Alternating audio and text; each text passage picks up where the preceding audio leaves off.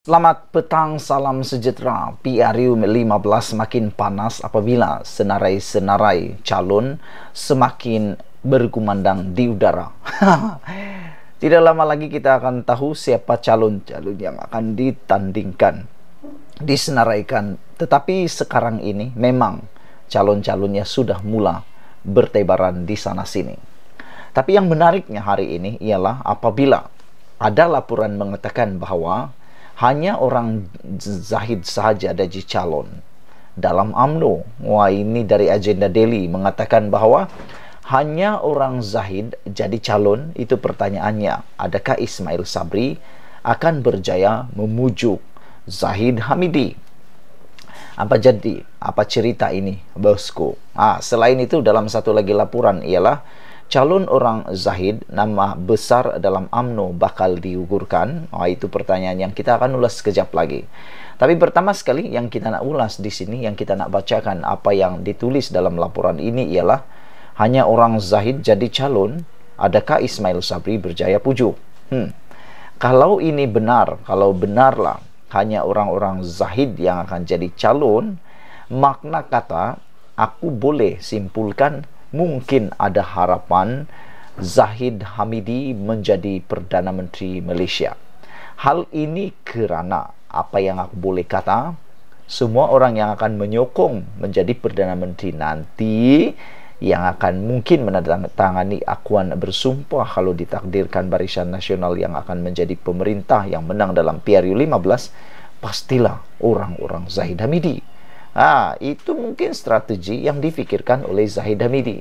Yang lebih menarik lagi, saudara-saudara, ialah apabila nama Khairi Jamaluddin semakin lama semakin lesap dalam radar calon PRU yang akan ditandingkan pada PRU ini. Terkini laporan mengatakan nama Khairi Jamaluddin tiada di Negeri Sembilan. Pergi mana Khairi Jamaluddin? Adakah benar dia akan ke Kedah, atau dia akan ke Perak, atau dia akan ke Johor? Ini kita tak pasti.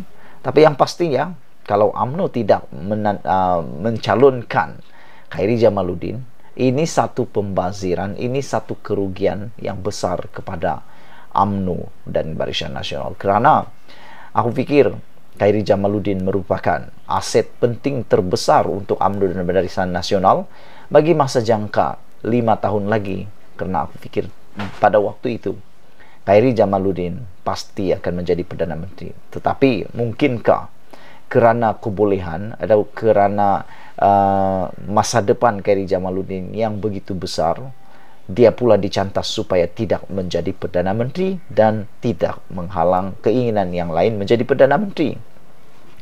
Saudara-saudara sekalian, calon Barisan Nasional BN yang akan bertanding pada PRU 15 difahamkan sudah menerima surat aku janji masing-masing secara berperingkat. Majoritinya orang Presiden UMNO sudah menerima lebih awal. Spekulasi dan kabar angin dalam UMNO bertiup kencang. Hanya nama orang Datuk Seri Ahmad Zahid Hamidi lebih ramai tercalon untuk bertanding pada PRU 15 kali ini. Kecoh juga di dalam kalangan akar umbi yang mula berkongsi ucapan tahniah dalam kumpulan aplikasi WhatsApp dan Telegram ketua-ketua bahagian yang memberi ucapan tahniah kepada mereka yang tercalon. Tidak kurang juga ada yang diam membisu kerana nama tidak berada dalam senarai calon. Difahamkan, surat aku janji kepada calon-calon Barisan Nasional sudah dihantar dan diminta untuk bersiap sedia dipanggil ke majlis pengumuman calon yang bakal diadakan pada masa yang terdekat ini. Namun, terdapat usaha daripada pihak tertentu yang cuba mencari jalan untuk memujuk Zahid agar tidak menyingkirkan calon yang boleh menang walaupun berada dalam kem berbeza. Difahamkan, langkah untuk meminta Zahid agar menimbang semula senarai calon yang sudah dimuktamadkan tersebut, walaupun hanya tinggal beberapa hari menjelang pengumuman calon BN tidak lama lagi. Beberapa nama yang dipetik dalam media yang antaranya menyenaraikan individu-individu yang dilihat berada dalam kem sebelah lagi.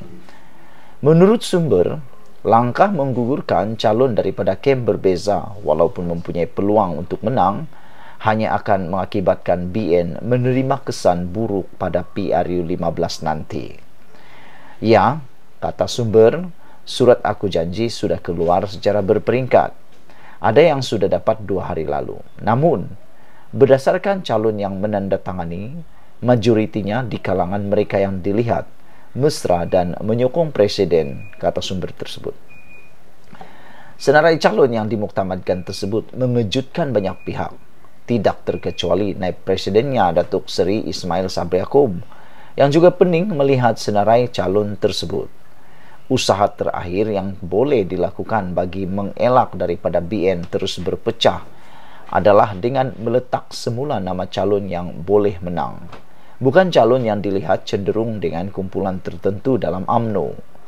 Untuk rekod, sumber memberitahu BN akan mengumumkan barisan calon dan majlis mengambil watikah pada 1 November di WTC Kuala Lumpur. Bagaimanapun, sekiranya semua nama orang Zahid tercalon, timbul kebimbangan sama ada Ismail Sabri akan kekal sebagai Perdana Menteri selepas PRU 15 atau akan ada orang baru selepas ini yang dilantik.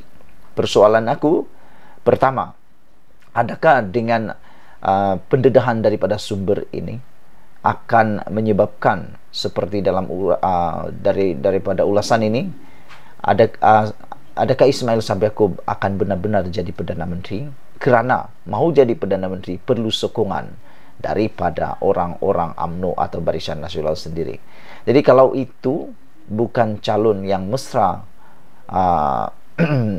Ismail Sabri, pastilah sukar untuk dia jadi Perdana Menteri. Yang kedua, adakah dengan perlakuan seperti ini atau kejadian seperti ini menyebabkan Ismail Sabri Yaakob menyesal membubarkan parlimen terlalu awal? Kerana yang pasti diramalkan ataupun kita menjangkakan pada pertengahan atau hujung bulan Disember, keputusan kes Zahid Hamidi akan diumumkan. Mungkin pada waktu itu Zahid Hamidi dijatuhkan hukuman ataupun tidak, tetapi keputusan itu akan diketahui pada bulan Disember. Jadi, adakah perkara ini membuatkan Ismail Sabri Yaakob menjadi gusar, bahkan menjadi menyesal pula membubar awal? Jadi kalau dia tidak bubar awal, pasti dia mempunyai masa untuk mengatur lebih panjang strategi memasukkan calon-calon yang mesra kepada Ismail Sabri Yaakob, mesra kepada dirinya sendiri ini. Terpulanglah kepada Anda menginterpretasikan apa yang berlaku di dalam kem Barisan Nasional ini. Yang pasti, calon-calon yang dicalonkan itu mestilah boleh menang, bukan kerana ikut kem-kem tertentu. Jangan sampai nasi sudah menjadi bubur barulah menyesal. Kita jumpa lagi. Malaysia kita punya, kita jaga sama-sama. Cintai Malaysiaku. Bye-bye.